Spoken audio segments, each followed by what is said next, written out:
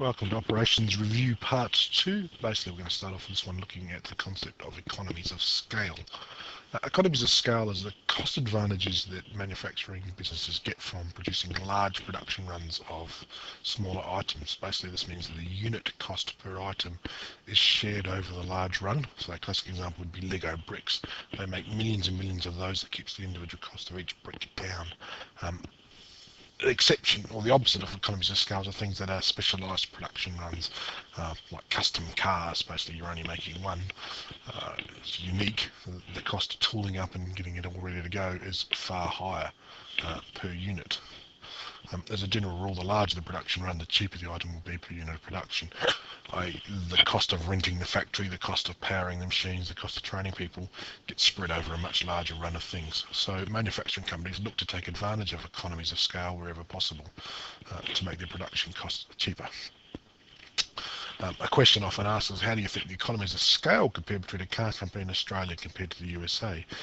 The way to look at that is the respective populations of each country and the potential markets they have for selling their products. There are 250 million people living in the USA, only 22 million living in Australia. Therefore, manufacturers of cars in Australia have a much smaller target market they can sell their cars to. They make far less with the same sort of size factory as their counterparts in the USA. Even more so for companies like Japanese car maker Toyota, which shifts its production around the world, has these super factories that make thousands and thousands of cars, makes the cost of each individual car much cheaper than anyone can compete with in Australia. A classic example of economies of scale. The next thing you want to look at is the differentiation, the difference between goods and services. So products that companies sell can either be classified as a good or a service. Sometimes the total product mix combines both. For example, buying cars from Mazda, you buy the car, but you're also buying after-sales service. So you're buying a bit of both, cheap servicing, fixed price servicing, follow-up service, various other things that they give you with it.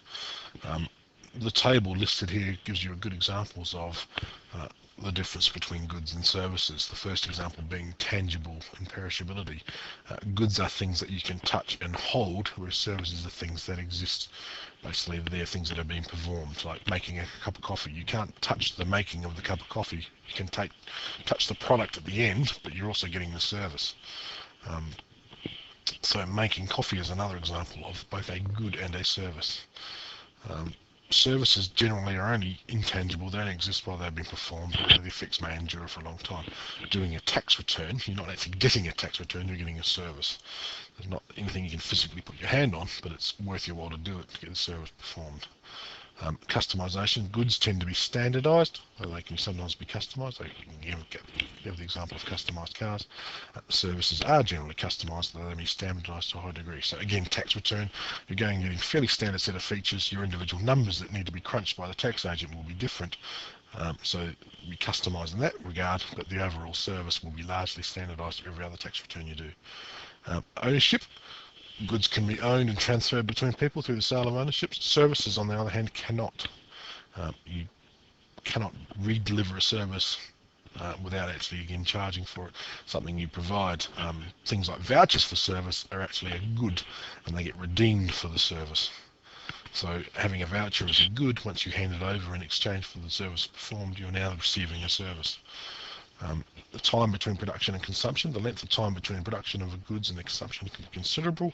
Classic case would be making of cars. That can be quite long-term product to manufacture. Furniture, lounge suites can take up to 3 months from ordering to delivery. However, production of services and consumption can be quite quick. Again, classic case of making a cup of coffee only takes a couple of minutes. The determination of value. Value can be independently ascertained through costing all inputs and adding a margin. It's easy to actually total up the cost of a good. It's much more difficult to do the same for a service, because how much is your time worth? Exactly how much of your time did you spend on it? How much of it was quality? Quite often services are priced depending on how much the market will bear, and people quite often undercut you on your services price. Services only come into existence because of the need for them. So basically people only buy a service when they need it. They don't buy it in advance thinking I might need that in the future, because again, you only redeem the service when you actually need it. But goods can exist even before someone needs them. So you can manufacture something, have it sitting on a shelf, and someone will buy it later on when they need it, particularly things that are non-perishable. Car parts are a classic. You can still actually buy brand new Model T Ford parts that were manufactured in the 1910s. Someone somewhere still got a supply of them. They don't perish, therefore they can be created well in advance of their need. Intermediate goods, goods that are produced as outputs for one process that become input for another good. Another classic example is the car making example again. Although the finished product is a car, there are several processes along the way and several other manufacturers making parts for the car. For example, tyres. A tyre manufacturer takes raw rubber, converts them into tyres. That's the finished good from their perspective, but they then ship it off to the car manufacturer who then puts it on the car. So they're taking the finished output from the tyre manufacturer and using it as input to create the finished car. This diagram gives a good example of that. On the left hand side we see the business inputs of iron ore, labour, technology, other materials and the capital required to do it. The transformation process, i.e. putting energy, shaping a molten metal into screws and steel into screws and in that with screws. Basically a manufacturing company then buys those screws, puts other business inputs, converts them into some sort of finished good, an electronic good in this instance. A good example of one company's finished business output, the finished product, being an input for the next company. There are a number of services in different industries, and these can all be standardized or customized as they're going, as the needs change. Example, going to a GP may be considered to be a standard service, while going to a medical specialist may be considered, but they're still part of the medical service. Some industry self-service is being encouraged. It means that businesses can focus on customing when a customer cannot help themselves. So basically, classic case of this would be your supermarket. You fill your trolley up and you can go to the self-service aisle to pay for it. When you're looking for something special, you can find floor staff, or if you need assistance getting stuff to the car, you can line up at the other tills. This means the supermarket can have less cash register staff on hand, and those other staff that are in the store can be actually doing other things for servicing customers.